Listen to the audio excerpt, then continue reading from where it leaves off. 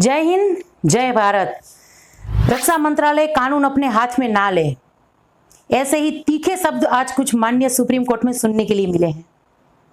और इसी के साथ जो 4 लाख भूतपूर्व सैनिक OROP 2 का इंतजार करते करते जिनका अवसान हुआ है, इसके बारे में भी बात हुई। और चीफ जस्टिस ऑफ इंडिया इन्होंने क्या कहा अभी OROP 2 के एरियर को लेकर, तो इसके बारे में जानकारी लेकर आई हूं आज के इस वीडियो में। और इसी के साथ साथ ही जो कोविड के वक्त से जो 18 महीने का डी एरियर बकाया है, इसको लेकर लोकसभा में एक प्रश्न उठा और क्या जवाब मिला केंद्र सरकार की तरफ से, इसके बारे में भी आज के इस वीडियो में बात करूंगी।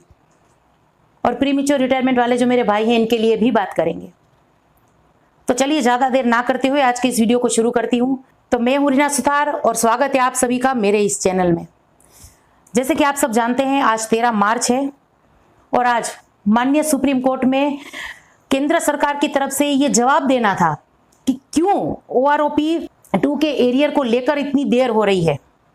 तो चीफ जस्टिस ऑफ इंडिया ने इस चीज को ध्यान में लेते हुए और केंद्र सरकार की तरफ से ये जो लगातार लापरवाही हो रही है, इसको ध्यान में लेते हुए अच्छी खासी फटकार लगाई है केंद्र सरकार को और कुछ बातें कही हैं। जिसमें सबसे पहली बात तो यह है कि माननीय सुप्रीम कोर्ट के आदेश के बावजूद एरियर के भुगतान में इतनी देर क्यों हो रही है, और आप हमें विस्तार से बताइए क्या चल रहा है, क्या आपकी प्रायोरिटी क्या है, और अगली डेट कब की दी है ये भी मैं आपको बताऊंगी। और इसके साथ साथ देखिए, जो अभी भूतपूर्व सैनिक दिल्ली के जंतर मंतर पर परेशान हो रहे हैं, तो ये भी हमारे जस्टिस साहब से अनजान नहीं है, इसके बारे में भी फिक्र है।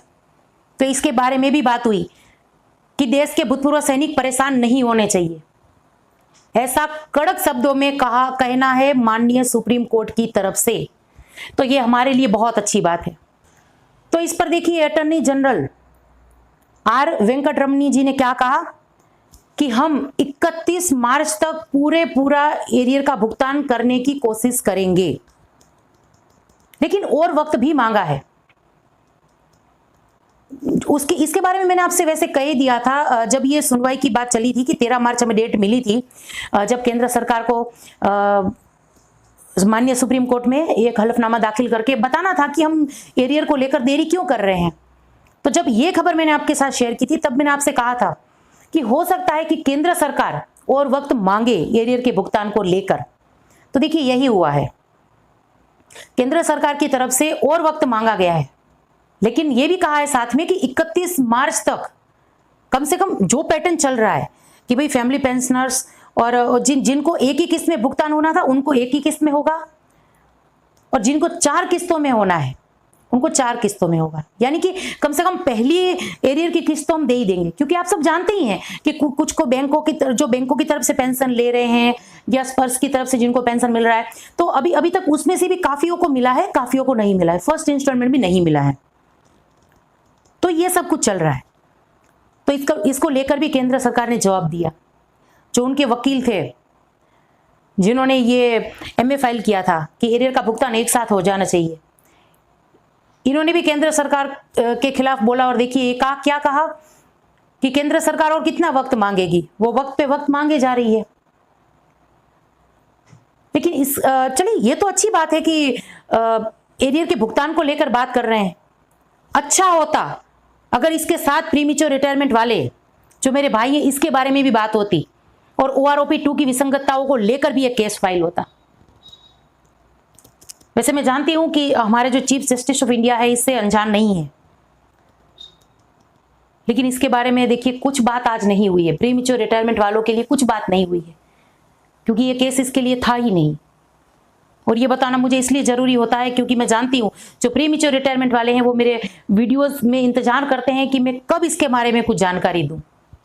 तो देखिए, केंद्र सरकार को माननीय सुप्रीम कोर्ट की तरफ से 20 मार्च मिली है, और तब तक उनको ये साफ साफ कर देना है कि वो किस तरीके से एरियर का भुगतान करना चाहती है, क्या कर रही है, और केंद्र सरकार की प्रायोरिटीज क्या है, किस तरह से वो एरियर का भुगतान करेगी। और इसी के साथ साथ ही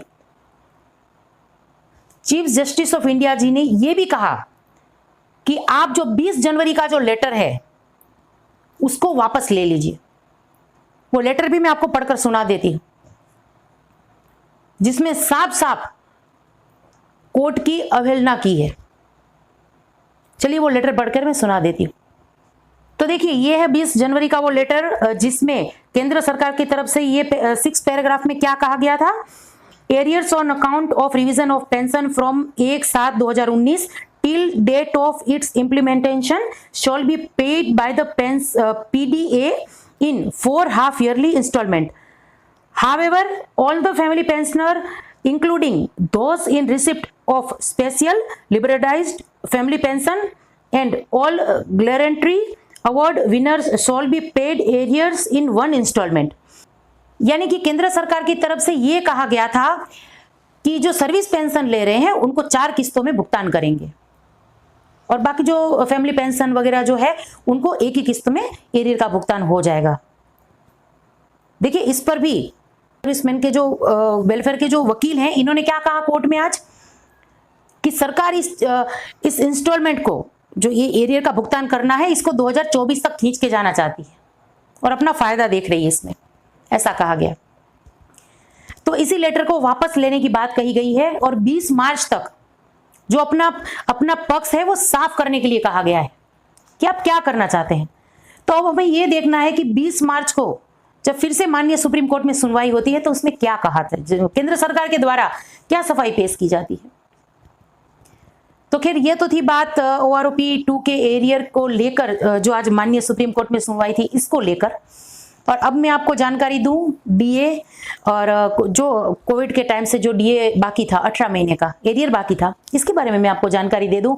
तो लोकसभा में देखिए, श्री C लालरोसांगा जी की तरफ से ये प्रश्न किया गया, जो कि केंद्र सरकार के कर्मचारियों और पेंशन भोगियों को महंगाई भत्ते की बकाया राशि जारी करना, इस विषय को लेकर था। तो ये देखिए, श्री C लालरोसांगा जी की तरफ से वित्त मंत्रालय में जो राज्य मंत्री हैं श्री पंकज चौधरी जी, इनको भी पूछा गया और इन्होंने इनका उत्तर भी दिया। देखिए, क्या सरकार की केंद्र सरकार के कर्मचारियों और पेंशन भोगियों को कोविड-19 महामारी के दौरान रोकी गई 18 माह की महंगाई भत्ता बकाया राशि निकट भविष्य में जारी करने की कोई योजना है। यानी कि केंद्र सरकार से साफ साफ ये पूछा गया कि कोविड-19 के वक्त से जो 18 महीने का DA एरियर रोका गया है, इसको लेकर आपकी कोई योजना है कि भाई आप नजदीकी वक्त में आप दे सकते हैं इसको। तो इसका उत्तर देखिए, केंद्र सरकार की तरफ से वित्त मंत्रालय में जो राज्य मंत्री हैं श्री पंकज चौधरी जी, इन्होंने क्या उत्तर दिया। तो देखिए, वित्त मंत्रालय में राज्य मंत्री श्री पंकज चौधरी जी ने इस पर जवाब दिया कि हालांकि केंद्रीय सरकार के कर्मचारी और पेंशन भोगियों को देय महंगाई भत्ते और महंगाई राहत की 3 किस्तों को रोके जाने से 34,402.32 करोड़ रुपए की धनराशि बचाई गई और कोविड-19 महामारी के आर्थिक प्रभाव पर काबू पाने के लिए उपयोग में लाई गई। तो ये सफाई दी है पंकज चौधरी जी ने कि भाई जो ये DA एरियर को लेकर अभी जो प्रश्न पूछा गया, इसको लेकर क्या है। तो अभी हमें कुछ इसको लेकर कुछ अच्छी उम्मीद तो नहीं दिख रही है। और अब बात करते हैं अगर प्रीमेच्योर रिटायरमेंट वाले जो मेरे भाई हैं उनके लिए। तो वीडियो में आगे मैंने जैसे कह दिया कि आज की सुनवाई सिर्फ एरियर भुगतान को लेकर थी, तो जाहिर सी बात है कि प्रीमेच्योर रिटायरमेंट वाले जो मेरे भाई हैं इसके बारे में बात नहीं हुई होगी। लेकिन एक चीज और मैं आप सब लोगों के साथ शेयर कर दूं कि अभी जो ये 12 मार्च को जो भी रैली का आयोजन हुआ था वो सफलतापूर्वक हुआ है और सरकार के सामने हमारी बात अच्छे तरीके से गई है। कुछ ऐसी बातें थी जिससे सरकार भी अनजान थी, ऐसा हमें जानने के लिए मिला है।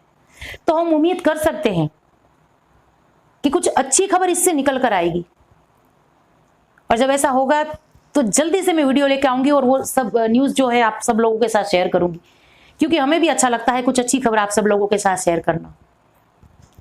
तो बस आज का ये वीडियो यहीं तक था। उम्मीद करती हूँ कि मेरे द्वारा दी गई जानकारी आप सब लोगों को पसंद आ रही होगी। आपके जो भी विचार है कमेंट्स के जरिए मेरे साथ जरूर से शेयर करिएगा। और हाँ, जाते जाते कह दूं कि जो पहली बार मेरे वीडियोस देख रहे हैं तो मेरे चैनल को जल्दी से सब्सक्राइब कर दीजिए और शेयर भी करना और लाइक भी करना। फिर जल्दी से आपके सामने आऊंगी कुछ ऐसी खबरों के साथ। तब तक के लिए जय हिंद।